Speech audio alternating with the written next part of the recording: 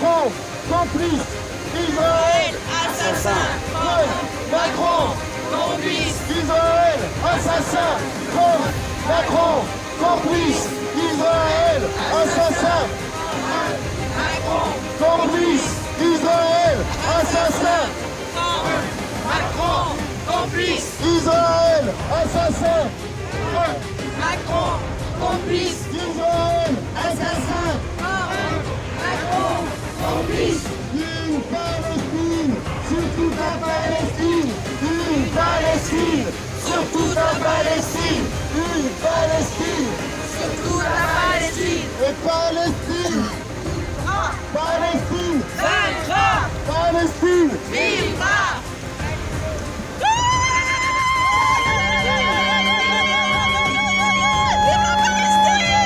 Palestine vivra, Palestine vaincra, Palestine vivra, Palestine vaincra, Palestine vivra, Palestine vaincra, Palestine vivra, Palestine vaincra, Palestine vivra, Palestine vaincra, Palestine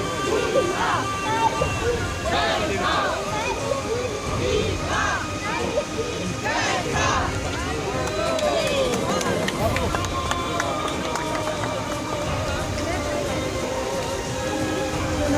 S'avère une arme indispensable. Tâchons, amis et camarades, d'en faire bon usage.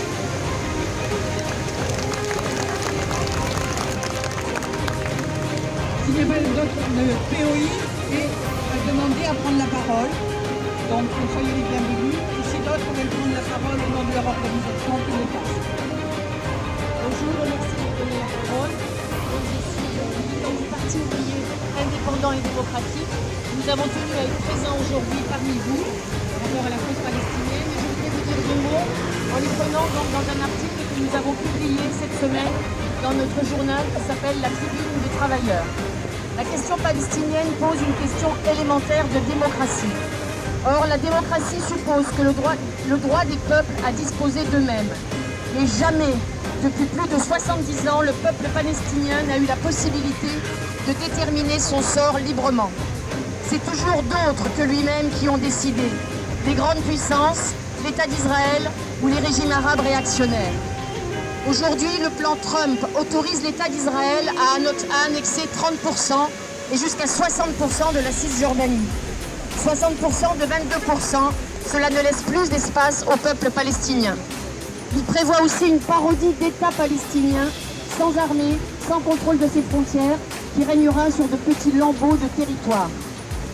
Comme l'affirment des militants arabes et juifs de Palestine, à qui nous donnons la parole cette semaine dans notre journal, il y a pourtant une solution démocratique, celle que défendait la Charte nationale palestinienne jusqu'en 1988 où la direction de l'OLP y a renoncé. Cette solution démocratique suppose le démantèlement des institutions d'apartheid. Elle implique le droit pour le peuple palestinien dans toutes ses composantes, dont les réfugiés palestiniens chassés de chez eux depuis 1948, comme pour les juifs émigrés en Palestine, d'élire une assemblée constituante souveraine qui ouvrira la voie à une république palestinienne, laïque et démocratique sur tout le territoire historique de la Palestine, une Palestine pour tous les citoyens à égalité de droits. Merci.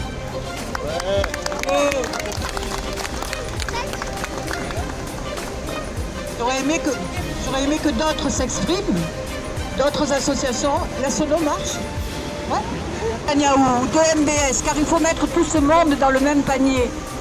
Tous ces États qui ne respectent pas le droit ni le droit international et qui veulent nous imposer le droit du plus fort, le droit de la violence, le droit de la haine. Nous ne laisserons pas faire.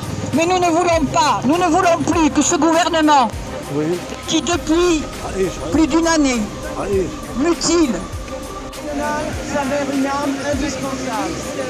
Tâchons, amis et camarades, d'en faire bon usage. Il y a toutes les associations qui ont rejoint Palestine 13, l'association médicale franco-palestinienne d'Aubagne, le collectif Palestine de Martinique. Je vais en train d'oublier l'Union juive française pour la paix. Solidarité et liberté en Provence. Le collectif Jean Ibrahim Abdallah. résister aujourd'hui, et plein d'autres que j'ai oubliés. J'aurais aimé que l'on soit des milliers, des dizaines de milliers. Malheureusement, beaucoup de gens ne se mobilisent que lorsque le sang coule massivement en Palestine. Or, chaque jour, et depuis l'annonce du plan de Trump, non seulement les bombardements ont encore lieu sur la bande de Gaza, mais aussi 5 jeunes gens ont été assassinés par l'armée criminelle israélienne. Armée criminelle, ça peut paraître à toute répétition, mais une armée qui commet des crimes de guerre en permanence, ce n'est pas une répétition, il faut le rajouter. Parce que les violations du droit international, les assassinats des civils désarmés, c'est le lot quotidien de l'armée israélienne. Avec ce résumé plan, le colon Trump, immigré d'Allemagne, dont la famille a immigré d'Allemagne, les Palestiniens ne seront pas les Indiens du Proche-Orient. Nous ne laisserons pas faire et le peuple palestinien aujourd'hui peut lutter comme malheureusement les populations autochtones, les Indiens des Amériques n'ont pas pu le faire en leur temps. Nous avons tous vu ces films lorsque nous étions enfants qui nous présentaient les méchants Indiens face aux gentils cow-boys. Aujourd'hui, c'est la même soupe que l'on nous sert. Les méchants Palestiniens, les terroristes, face à la gentille armée israélienne.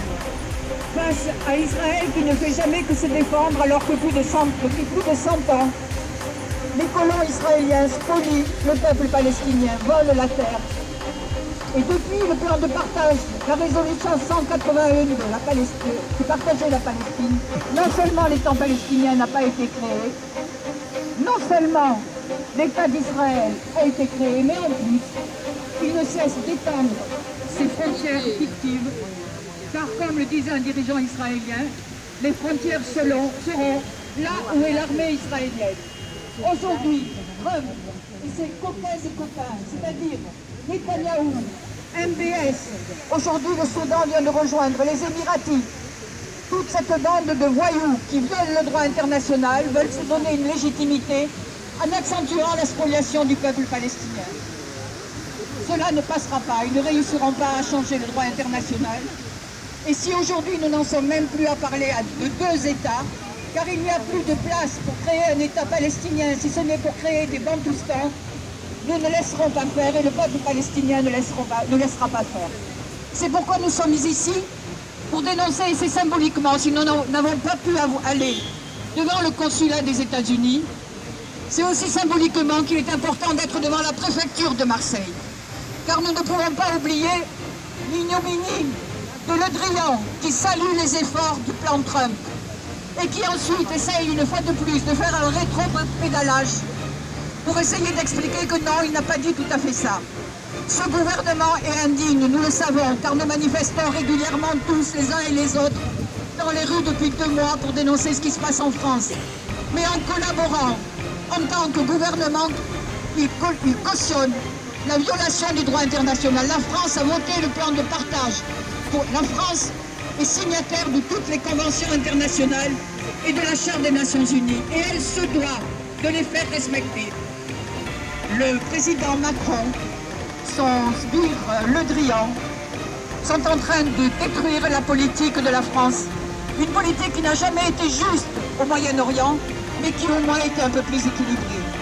Aujourd'hui, il est important de faire entendre à la préfecture de Marseille, car même si le préfet n'est pas là, il y a au moins des fonctionnaires de service qui peuvent noter ce qui est dit, l'entendre et le répercuter. Nous ne serons pas les valets de Trump et nous ne laisserons pas faire ce qui se passe au Moyen-Orient. Je passe tout de suite la parole à Rougeli. Qu'on interpelle toutes les organisations qui ne sont pas dans cette campagne-là, pour des raisons, ma foi, qui leur appartient de dire. Et nous, en tout cas, plus que jamais, on appellera au boycott des investissements et sanctions de l'État d'Israël.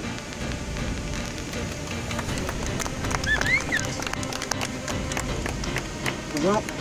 Bon, au nom de la coordination contre le racisme et l'islamophobie, évidemment c'est difficile de passer avec Régine et encore plus difficile de passer après Charles.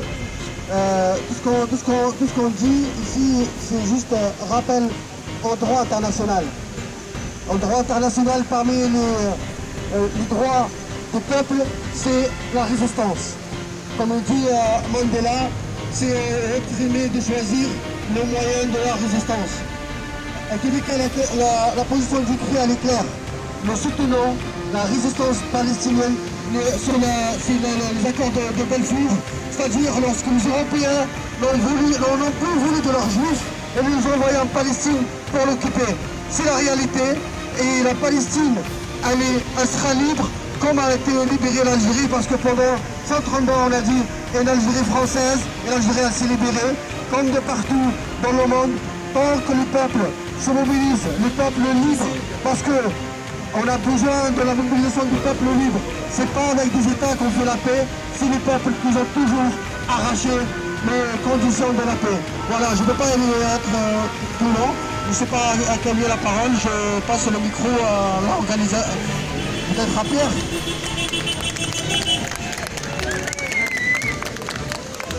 Bonjour à toutes et à tous, le président de l'Union juive française pour la paix. Je vais d'ailleurs commencer par les mots d'un anticolonialiste israélien qui est à Galalai de l'organisation B'Tselem, qui avait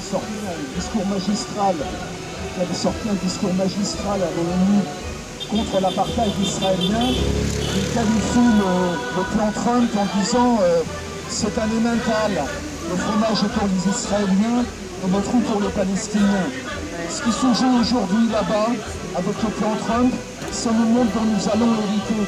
Nous avons des soudards au pouvoir un petit peu partout, des gens qui n'ont rien à faire aux droits humains, des gens qui piétinent allègrement tout droit l'État israélien tout en réhabilitant le régime néo-nazi de l'amiral Horthy. Tous ces soudards-là aujourd'hui soutiennent l'apartheid israélien. Nous ne laisserons jamais le peuple palestinien être anéanti. Nous sommes totalement solidaires de la société civile palestinienne qui, malgré l'apartheid, malgré les crimes, malgré les bombardements, malgré la confrontation tous les jours avec une armée criminelle, avec des colons, malgré l'enfermement de Gaza, résiste à ces sociétés. Nous devons les soutenir coûte que coûte. Merci. C'est quand même eux qui sont concernés. Et donc nous avons choisi un Palestinien qui parle très bien français. Nous n'avons pas eu à traduire. Donc c'est Ziad Medou. Il est professeur de français à l'université de Gaza. Donc nous allons tous les deux vous dire ce texte. Bonjour à tous et à toutes. Je vous remercie infiniment d'être parmi nous pour militer pour la cause palestinienne. J'apprécie énormément. Je connais, c'était pas facile pour le faire. Je connais des personnes qui, ça fait des années et des années qui militent, des décennies qui militent et qui sont dans le sang plus palestiniens que moi, qui est palestinien, qui est réfugié palestinien. Merci énormément. Donc on a choisi avec Claire de lire ce texte. Tu commences? Alors depuis l'annonce, donc c'est un texte qui date de 12 ans.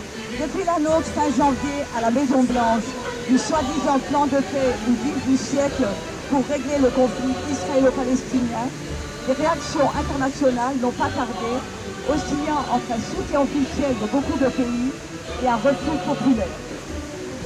D'abord, ce plan proposé par le président américain ne constitue ni un tournant historique, ni plus un duel du siècle. C'est un plan Trump Netanyahu, un plan des colons dicté par des agresseurs qu'on ne peut pas le nommer comme un plan de paix pour les 10 raisons suivantes. Premièrement, un plan de paix se prépare et se négocie avec des partenaires entre les parties en conflit. Il n'impose pas une solution unilatérale. Or, les Palestiniens n'ont été ni informés, ni été consultés, ni été avisés. Deuxièmement, une paix est basée sur la défense de la justice et des droits d'un peuple occupé.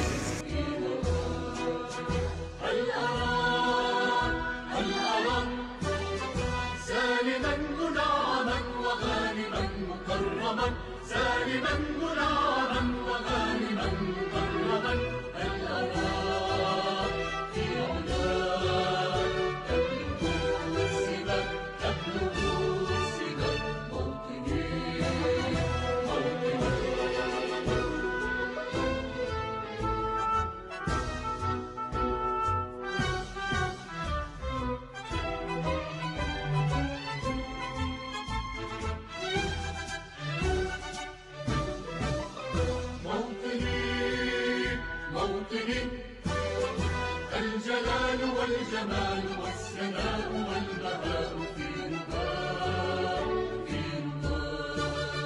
والحياة والنجاة